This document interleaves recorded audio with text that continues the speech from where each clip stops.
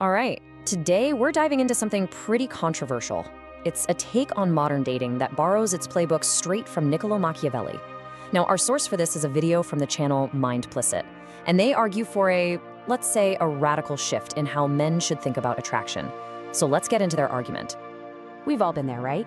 You're checking your phone, you see that empty space where a message should be, and you feel that little jolt of anxiety, that sinking feeling in your gut. Suddenly, the dynamic has shifted, and you have no idea why. Well, this is the exact problem our source material claims to solve. So, the conventional wisdom, what we're all taught, is that if you're just kind enough, available enough, supportive enough, you'll win her over. But the source for this explainer, they make a really bold claim. That's a lie. They argue that desire isn't built on a foundation of safety, but on a foundation of tension. So, here's our roadmap for today. We're gonna start with the nice guy problem. Then we'll get into the strategic value of absence and unpredictability. After that, we'll tackle how to control the frame, the real power of being able to walk away, and finally, a pretty surprising twist that changes how you see all of this. Okay, first up, the nice guy problem. The core argument from our source is this: being constantly available doesn't signal devotion, it signals low value.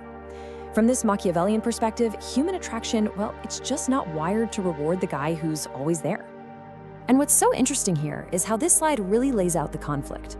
Over on the left, you've got the world you probably think you live in, but on the right, that's the Machiavellian reality, at least according to our source.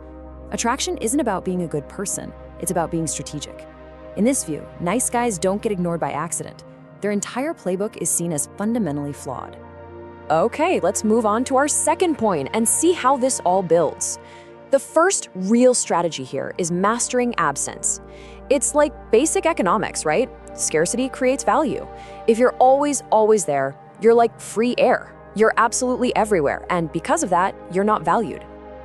And this classic line, which they attribute to Machiavelli himself, is really the foundation of this whole principle. The source argues that when you're constantly present, you deny her the single most powerful tool of attraction there is, her own imagination. Your absence actually forces her to think about you. And this slide really shows you the change in behavior they're talking about.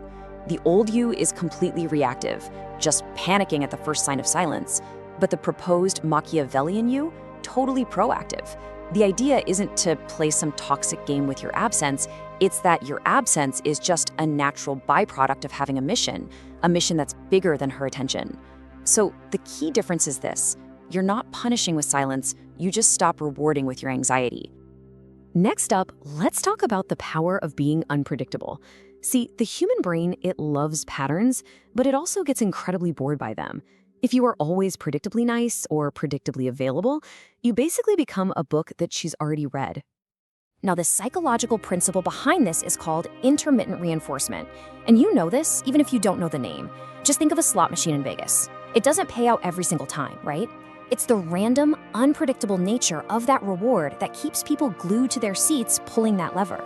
Our source argues this very same mechanism can be applied to attraction. So the source pulls this advice straight from Machiavelli's playbook for a prince. You have to be both the lion and the fox. The lion is all about strength, and the fox is about cunning. So the tactical advice here is to break your own patterns. If you're normally a quiet, stoic guy, show a moment of real passion. If you're usually super affectionate, pull back for a day. According to this theory, it's that very unpredictability that forces her to pay way closer attention. This brings us to a really crucial concept the source calls the frame, and it identifies what they call a fatal error that so many men make, putting women on a pedestal. The argument is that this behavior, this worship, is actually repulsive to what the source calls a high-value woman. And this analogy from the source is it's so powerful. If you act like a fan, you are going to be treated like one. It's that simple. By putting her up on a pedestal, you are voluntarily placing yourself beneath her, and that signals you are not her equal. The source then brings up the concept of hypergamy, the tendency to date up, to argue that this dynamic makes you fundamentally unattractive. So, how do you fix this? Well, according to the source, you have to destroy the pedestal, see her as a human being, be willing to actually disagree with her, to challenge her. The argument is that the man who isn't intimidated, the man who values his own truth more than her approval, that's the one who commands respect.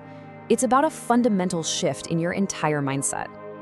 And now we've arrived at what the source calls the nuclear weapon of this whole strategy.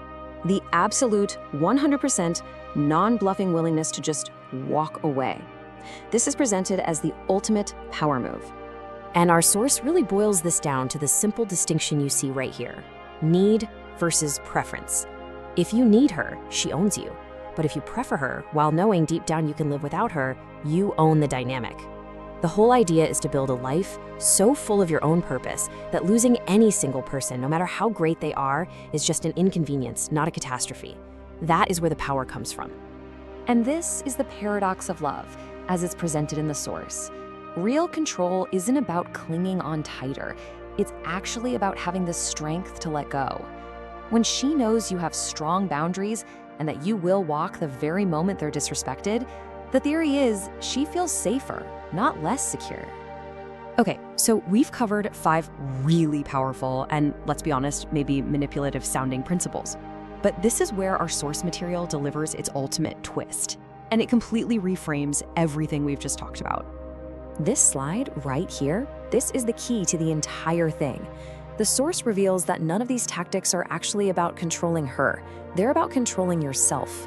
That calculated absence, it isn't a mind game, it's the result of you prioritizing your mission. And walking away isn't some threat, it's the outcome of you conquering your own fear of being alone. And this quote from the source, it just perfectly summarizes the real philosophy here. The real power, the real control isn't external. It's not about trying to manipulate someone else's behavior.